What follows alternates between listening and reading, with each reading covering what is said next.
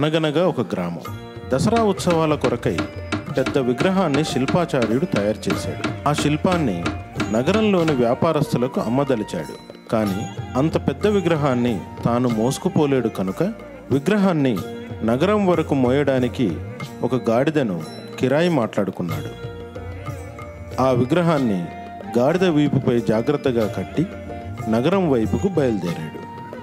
మార్గమధ్యంలో ప్రజలు గాడిద వీపుపై గల అమ్మవారి విగ్రహాన్ని చూసి భక్తితో వంగి వంగి నమస్కరిస్తూ చేతులెత్తి మొక్కసాగారు.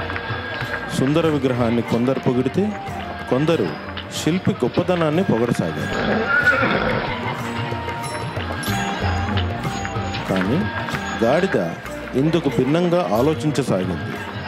నన్ను చూసి వంగి నమస్కరిస్తున్నారని, ప్రజలు తనని మాత్రమే ప్రశంసిస్తున్నారని గాడిద గర్వంతో ఉప్పొంగిపోయింది.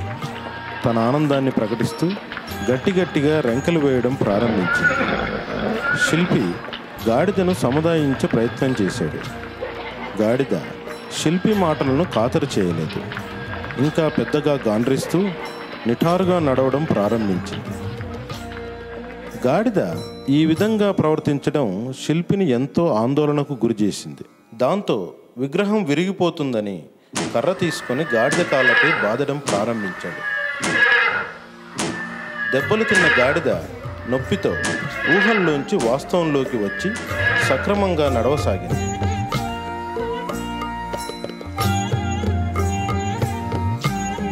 ఈ కథ వల్ల మనం నేర్చుకున్న నీతి ఏంటంటే, మూర్ఖులకు బెత్తం దెబ్బలే సరైన పాఠం.